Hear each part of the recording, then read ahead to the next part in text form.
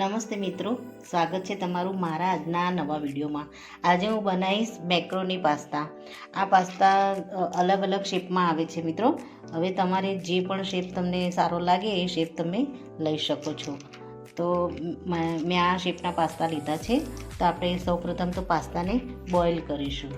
તો અહીંયા મેં એક વાટકી મેક્રોની પાસ્તા છે, તો મેં અહીંયા એક વાટકા જેટલું પાણી લીધું છે। હવે આને એકદમ પાણીને સરસ ગરમ થવા દેવાનો છે। હવે આપણે એની અંદર મીઠું નાખીશું। એમાં આપણે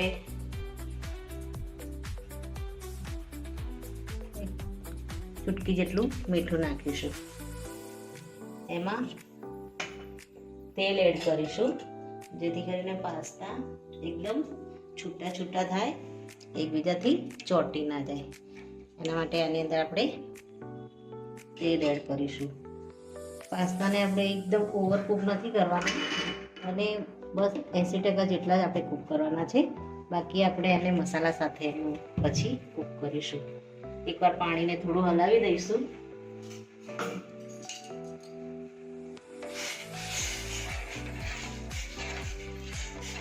હવે ઢાંકી અને પાણીને થોડું ઉકળવા દઈશું। મિત્રો, આપણું આ પાણી એકદમ બોઇલ થઈ ગયું છે, એમાં ઉભરો આવી ગયો છે। હવે આપણે આ પાસ્તાને આમાં એડ કરીશું। પાણીને એકદમ સરસ ઉભરો આવવા દેવાનો છે, જેથી કરીને પાસ્તા નીચે ચોંટી ના જાય। જો ઠંડા પાણીમાં તમે પાસ્તાને એડ કરશો તો નીચેથી ચોંટવા લાગશે। એટલે પાસ્તાને આપણે આમાં એડ કરી દઈશું। એને 2 મિનિટ માટે હવે ખાલી ચમચો ફેરવી દઈશું થોડી વાર। પછી 2 મિનિટ માટે હાઈ ફ્લેમ ઉપર રાખીશું, અને પછી એકદમ ગેસને ધીમો કરી અને કૂક થવા દઈશું। તો મિત્રો, 2 મિનિટ માટે આપણે ફૂલ ગેસ ઉપર રાખ્યા છે। હવે ગેસને ધીમો કરી અને મીડિયમ આંચ ઉપર આપણે એને 8 થી 10 મિનિટ માટે 90% જ આપવાના છે। એકદમ વધારે કૂક 100% નથી કરવાના। એટલે આપણે મીડિયમ ગેસ ઉપર હવે આને થવા દઈશું। તો મિત્રો, આપણા પાસ્તા કૂક થાય ત્યાં સુધી આપણે મસાલો તૈયાર કરી નાખીએ। એના માટે મેં શાકભાજીમાં એક ડુંગળી લીધી છે, એક ગાજર ધોઈ અને છીણી લીધું છે, અને એક મેં મોટું મરચું લીધું છે। તમારી પાસે કેપ્સિકમ હોય તો એ પણ લઈ શકો છો। બ્રોકલી કંઈ પણ તમારે એમાં એડ કરવું હોય તમે એડ કરી શકો છો।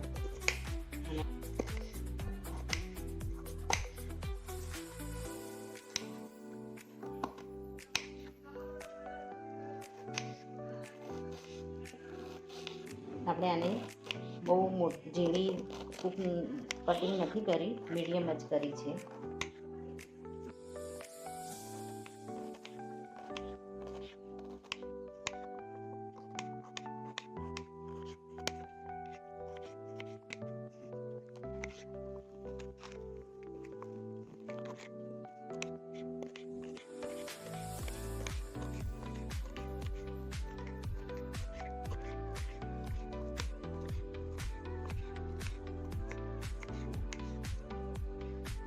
તો મિત્રો, આ ડુંગળી, ગાજર અને આજે મેં મરચું લીધું હતું એને સરસ કટિંગ કરી નાખ્યું છે। હવે આપણે આદું અને લસણ પણ આ રીતે કટ કરી નાખીશું।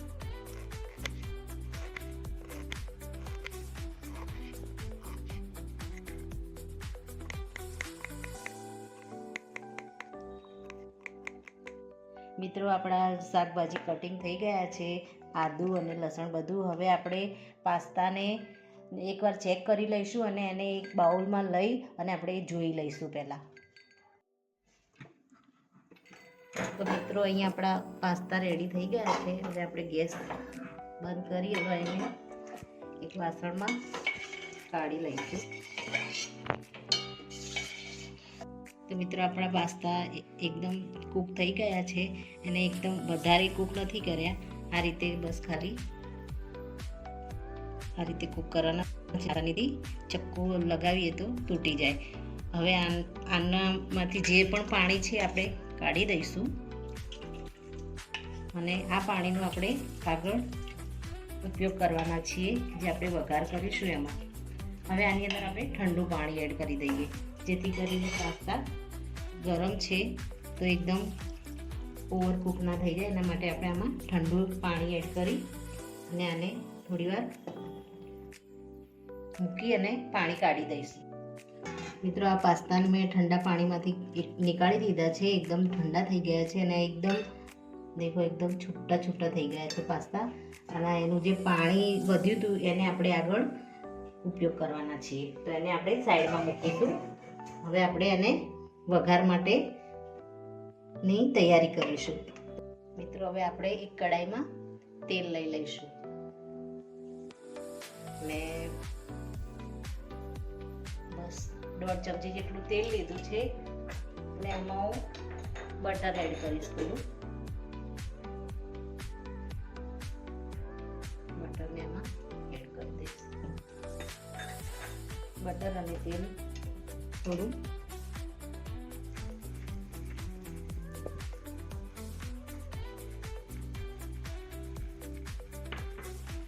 બટર અને આપણું તેલ બરાબર આવી ગયું છે.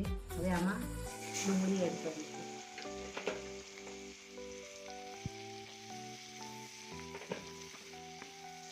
ડુંગળીને આપણે બ્રાઉન નથી કરવાની, બસ થોડી નરમ થાય ત્યાં સુધી આપણે એને થોડી કૂક કરીશું.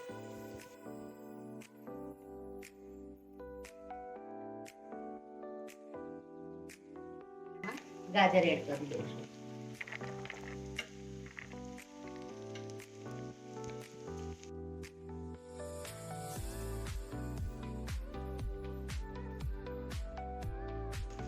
ફ્રાય થાય ત્યારબાદ એમાં આપણે જે આદુ કટિંગ કરીને રાખેલું એ આપણે એમાં એડ કરી દઈશું. પહેલા આપણે વઘારમાં નથી નાખ્યું, કારણ કે ડુંગળીને થોડી આપણે સોફ્ટ થવા દેવાની હતી, નહીંતર આદુ અને લસણ બળી જાય. હવે આમાં મેં 5 કળી લસણને કટિંગ કરીને રાખી હતું અને આમાં એડ કરી દઈશું.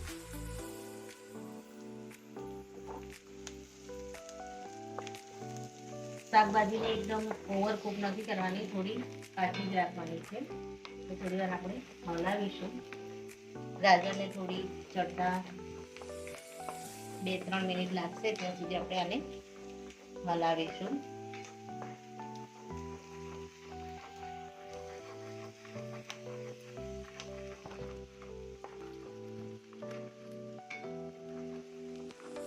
તો મિત્રો, આપણા ગાજર થોડા સોફ્ટ થયા છે ડુંગળી સાથે.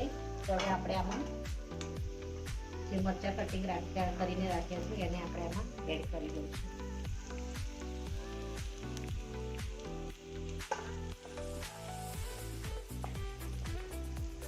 પાસ્તામાં મિત્રો તમારે જે પણ શાકભાજી એડ કરવી હોય એને કરી શકો છો. આમાં બ્રોકલી લઈ શકાય, મકાઈ ને બાફીને પણ લઈ શકાય. તમને જે પણ શાકભાજી સારી લાગતી હોય, ભાવે એ શાકભાજીને તમે આમાં એડ કરી શકો છો. મેં આમાં ખાલી ગાજર, મરચું અને ડુંગળીનો ઉપયોગ કર્યો છે.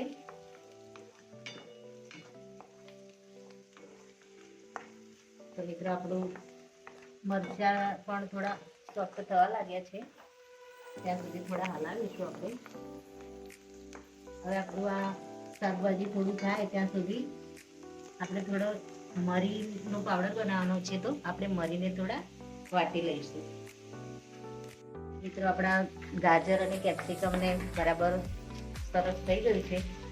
હવે આની અંદર આપણે મસાલા એડ કરીશું. સૌપ્રથમ આપણે એમાં થોડું મીઠું એડ કરીશું.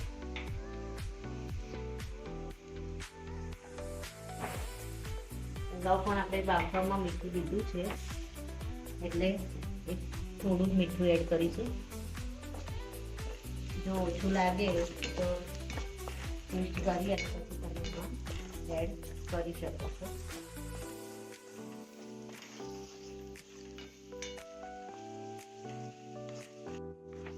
મિત્રો, હવે આમાં નાની ચમચી જેટલું 2 ચમચી જેટલું કાશ્મીરી મરચું એડ કરીશ. મેં તીખા મરચાંનો ઉપયોગ નથી કર્યો, કારણ કે આપણે એમાં મરી પાવડર પણ એડ કરવાનો છે. આમાં થોડી હળદર નાખીશ, ધાણા જીરું, ગરમ મસાલો,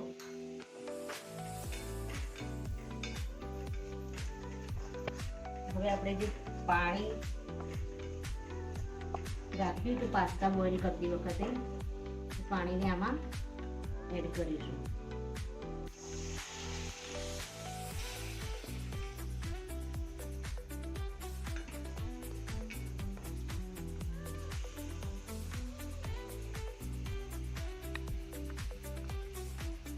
મિત્રો આ નાસ્તો એકદમ બાળકોને નાસ્તામાં પણ આપી શકાય છે, સ્કૂલમાં એના લંચ બોક્સમાં પણ આપણે ભરી અને આપી શકીએ છીએ. હવે આને આપણે થોડી વાર કૂક થવા દઈશું. 2 મિનિટ માટે એને ઢાંકીને કૂક થવા દઈશું.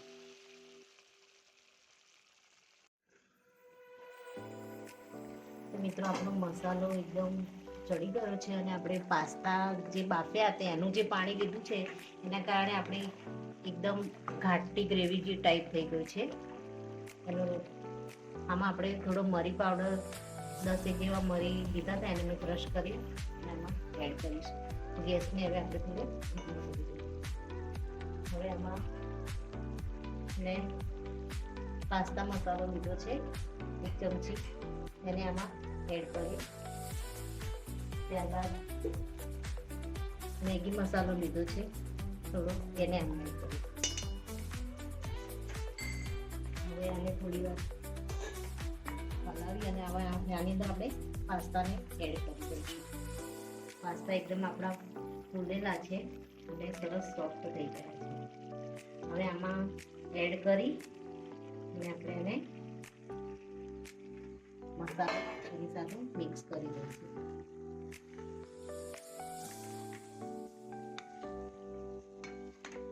ગેસને મેં થોડો ધીમો જ રાખ્યો છે. મસાલા આમાં મિક્સ કરી અને આપણે 1 મિનિટ માટે ઢાંકી દઈશું. પાસ્તા આપણે બોઇલ કર્યા છે એટલે 1 મિનિટ માટે જ મૂકીશું અમે. મિત્રો આમાં તમે ઓરેગાનો, ચીલી ફ્લેક્સ એનો પણ એડ કરી શકો છો. મેં મરી પાવડર લીધેલ છે અને મસાલા બીજા નાખ્યા છે એટલે એમાં તીખાશ હોય છે એટલે મેં ચીલી ફ્લેક્સનો ઉપયોગ નથી કર્યો આમાં. હવે આને આપણે ઢાંકી અને કૂક થવા દઈશું. આમાં તમારે વધારે ગ્રેવી જોઈતી હોય તો આમાં તમે પાસ્તાનું જે પાણી વધ્યું હોય એને તમે પણ આમાં એડ ફરીથી કરી શકો છો. પણ આ રીતે મારે વધારે ગ્રેવી નથી કરી, બસ આ રીતે 1 મિનિટ માટે કૂક થવા દઈશ. હવે આને ઢાંકી દઈશ. તો મિત્રો આપણા પાસ્તા રેડી થઈ ગયા છે. હવે આપણે ગેસને બંધ કરી દઈશું અને એકવાર હલાવી અને આને ઉપર કેચઅપ નાખી દઈશું. પાસ્તા ગરમ જ છે એટલે કેચઅપ અંદર એકદમ મિક્સ થઈ જશે.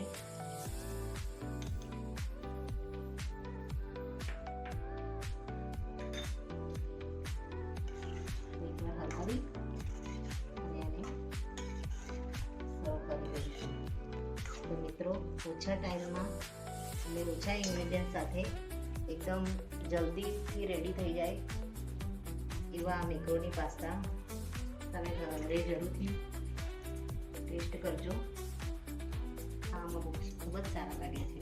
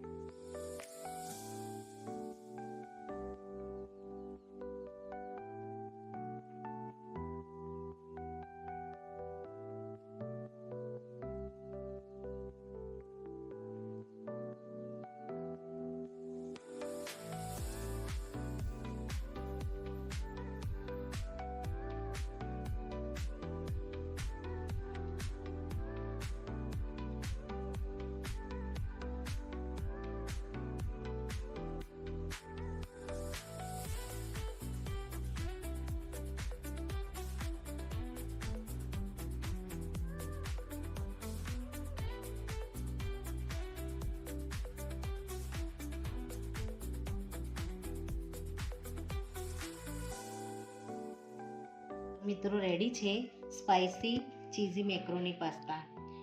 મિત્રો મારા આ વિડીયોમાં જોડાવા બદલ તમારો ખૂબ ખૂબ આભાર. મારો આ વિડીયો જો તમને સારો લાગ્યો હોય તો લાઈક કરજો, શેર કરજો અને સબસ્ક્રાઈબ કરજો. Thank you.